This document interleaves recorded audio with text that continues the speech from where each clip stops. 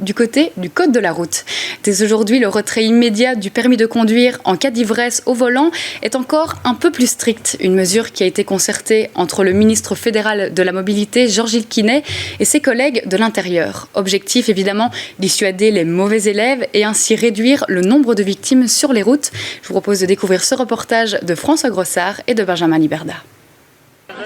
Depuis ce 1er juin, une nouvelle mesure en matière d'alcool au volant est entrée en vigueur. En effet, désormais, le permis de conduire fera l'objet d'un retrait immédiat si le taux d'alcoolémie du conducteur atteint la barre de 0,50 g par litre de sang, alors que la législation indiquait jusqu'alors le seuil de 0,65. Explication. Alors la nouveauté, c'est le fameux taux 0,65 qui passe maintenant à 0,50. Donc maintenant, on a diminué donc ce taux-là. Donc à partir de 0,50 mg par litre d'air alvéolaire, il y aura un retrait de permis de conduire de 15 jours et également une interdiction de conduire tout type de véhicule pendant 6 heures. Je pense qu'avec un verre de bière, vous êtes déjà dedans maintenant avec les nouvelles normes. Donc encore une fois, il vaut mieux éviter de consommer de l'alcool quand on prend le volant ou évidemment d'être accompagné par un bob ou une bobette. Selon les derniers chiffres de l'Agence wallonne pour la sécurité routière, 14% des automobilistes ont été testés positifs à l'alcool en 2022 après un accident ayant entraîné des tués et des blessés.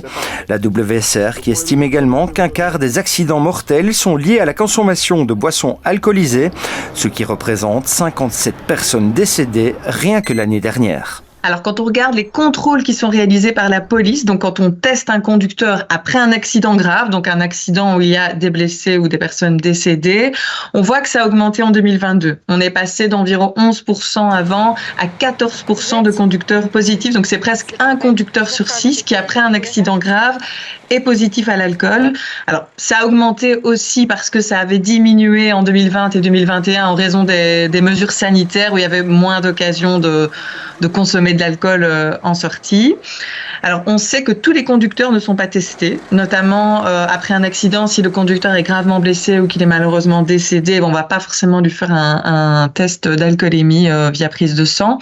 Et donc ces chiffres, ils sont sous-estimés. Dès lors, la tolérance zéro sera-t-elle un jour d'application chez nous, à l'instar des pays comme la République tchèque, la Hongrie, la Slovaquie ou encore la Roumanie?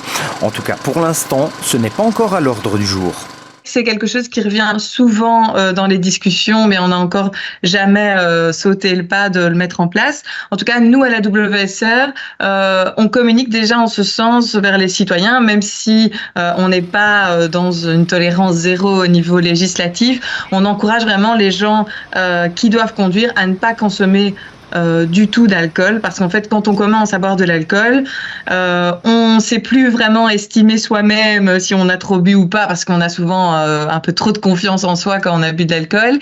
Et puis comme je le disais, c'est impossible de savoir soi-même si on a atteint la limite ou pas. Ça peut changer d'un jour à l'autre. On voit de manière générale d'ailleurs qu'il y a un tiers des gens qui s'évaluent mal, donc soit ils pensent être positifs alors qu'ils sont négatifs, soit ils pensent être négatifs alors qu'ils sont positifs.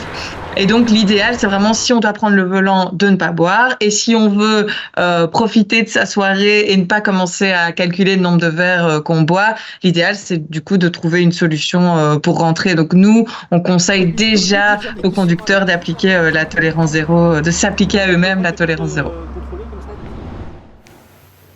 Des conseils à appliquer notamment lors